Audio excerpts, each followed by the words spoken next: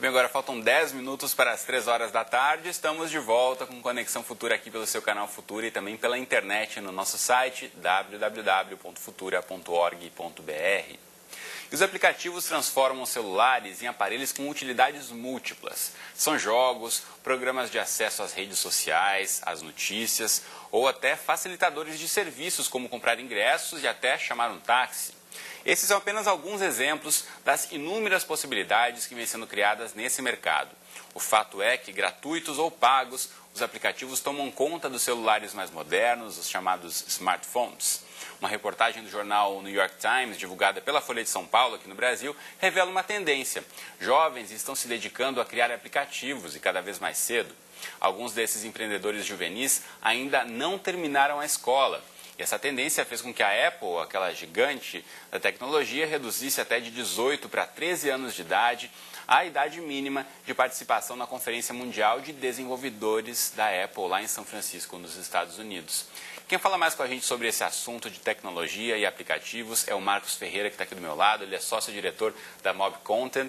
Ele participou do desenvolvimento do aplicativo Itinéri, que é uma ferramenta colaborativa para mapear por onde andam os ciclistas urbanos de todo o país. Marcos, bem-vindo aqui ao Conexão Futura. Tudo bom? Tudo bem. Quero começar mostrando para quem está em casa o aplicativo Itinéri. Você está com a tela aqui para mostrar para a gente um exemplo do Rio de Janeiro. De onde é que veio a ideia de falar sobre ciclistas e usar a tecnologia para levar essa informação? Essa aqui, por exemplo, é uma tela, é uma das telas de captura de rotas de ciclistas. Esse aplicativo, ele está no ar há, digamos, uns 4 meses. A gente tem 170 usuários, que são simplesmente as pessoas que fizeram parte da campanha de crowdfunding. Então, ele está numa fase de teste.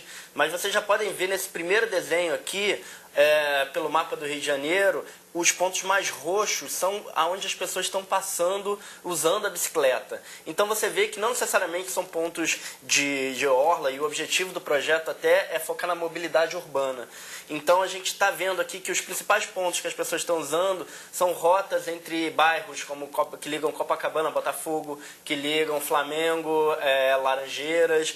Então com isso aqui a gente procurou fazer uma ferramenta que mostrasse aonde os ciclistas estão passando, para que os ciclistas e o próprio governo tivessem mais informação sobre isso e implantassem infraestrutura.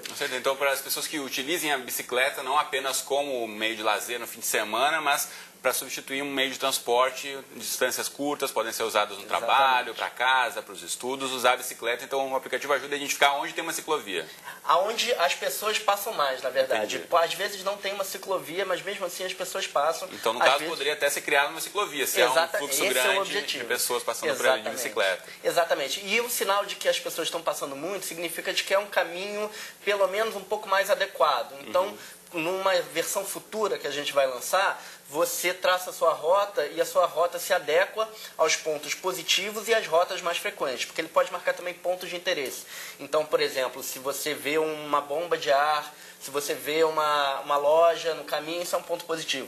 Se você vê um buraco, se um lugar teve um assalto, por exemplo, isso é um ponto negativo. E as pessoas podem ajudar a construir esse banco de dados de informações. Você falou em crowdfunding. Para explicar para quem está em casa, vou rolar um vídeo rapidamente que está disponível na internet, enquanto o Marcos explica para mim como é que funciona essa história de crowdfunding. Tem um vídeo disponível aí no site da Vimeo explicando como foi criado aí esse banco de colaboradores para criar o aplicativo Itinéri. A gente vai rodar então para você de casa, aqui já umas belas imagens do pessoal andando de bicicleta.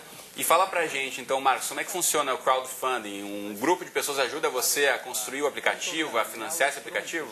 É um conceito que está cada vez mais real, né, concreto.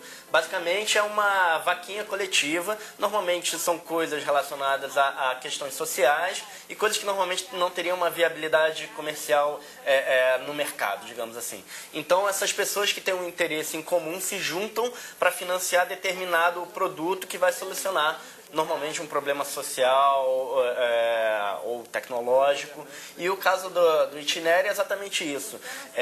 A gente juntou um grupo de pessoas que são ciclistas ativos para performar nessa campanha e eles mesmos chamarem a sua rede para a gente atingir outras redes e conseguir fazer esse financiamento coletivo do aplicativo. Muito bacana. Deixa eu mostrar aqui, então, quem participava como um dos financiadores da campanha ganhava alguns brindes para demonstrar que, de fato, fato, isso aqui a buzina, né, a campainha para colocar na bicicleta, a plaquinha também, ó, respeite um carro a menos, e de fato essa é a consciência que se tenta colocar, né? Você usando a bicicleta, é um carro a menos, menos trânsito para todos, menos poluição para todos também, acaba beneficiando uma série de fatores na vida urbana que a gente tem aí tão atribulada cada vez mais. Agora eu quero ouvir de você, Marcos, o seguinte: você sempre trabalhou com tecnologia, a gente falou um pouquinho aqui sobre o crescimento do interesse dos jovens em tecnologia, tem a reportagem da Folha de São Paulo que eu falei para vocês de casa, que foi traduzida e publicada primeiramente lá nos Estados Unidos no jornal New York Times. Deixa eu mostrar para você de casa aí rapidamente. No site da Folha, aqui você baixa e já encontra a matéria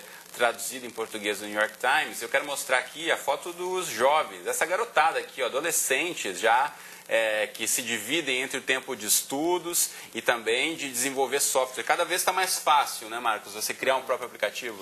É até uma comparação interessante você falar que as pessoas estão saindo da escola para desenvolver aplicativos, porque desenvolver aplicativo é um tipo de conhecimento que a escola ainda não consegue lidar de uma forma muito eficiente. Então, a palavra é perfeita, é uma linguagem, assim como português e inglês, é uma linguagem, e é uma linguagem cada vez mais acessível na internet. Você baixa o seu SDK, sua forma de desenvolver esse aplicativo, você tem poucos ou nenhum custo, simplesmente você o seu custo pessoal, o seu custo de tempo, e você desenvolve uma solução que vai estar disponível numa loja conectada para o mundo inteiro.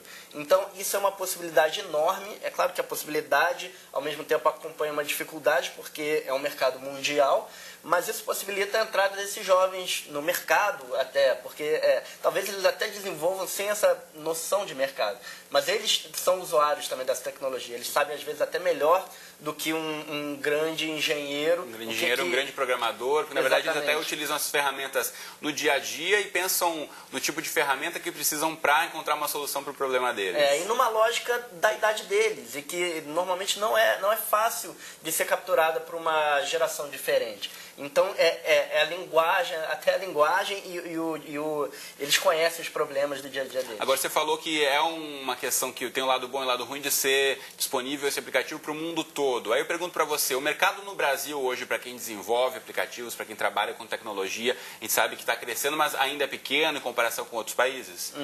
Ele está crescendo bastante. Na verdade, isso tem sido até um dos focos do governo. Tem alguns programas como Startup Brasil, que investem muito nessa questão da tecnologia e de startups, porque é um mercado muito fértil.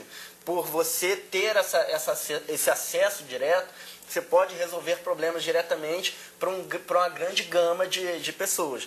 Então, a gente tem soluções brasileiras muito bem feitas. A gente tem um aplicativo que é referência hoje no mercado mundial, chamado Dujur, que envolve looks do dia. A gente tem tecnologias também de táxi que vieram lá de fora, mas a gente tem referências nacionais. Então, a gente tem muita criatividade e muita eficiência. A gente dá para perceber que o jovem brasileiro ele tem aptidão para isso, e não à toa o governo está investindo nisso. Muito bom. Então, Marcos, muito obrigado pela participação. Obrigado. Sucesso aí com o aplicativo. Tá bom. Muito bom, e na próxima entrada do Conexão Futura a gente fala sobre os idosos brasileiros que, além de terem uma expectativa de vida maior, estariam também mais independentes. Claro que você de casa não pode perder essa discussão, então desde já mande pra gente sua pergunta pelo Facebook, pelo Twitter, seu relato, conte sua história aí, como é que você convive com seus avós, por exemplo, se você já é avô ou avó, fala pra gente sobre como você encara aí sua vida após os 60 anos de idade. Você também tem como opção mandar o seu recado pelo telefone, que é o 0 operadora 21 3523 4098, os números estão todos aqui, contatos de internet e telefone. A gente volta daqui a pouquinho, logo depois do programa Globo Ecologia. Eu estou aqui à sua espera. Até já!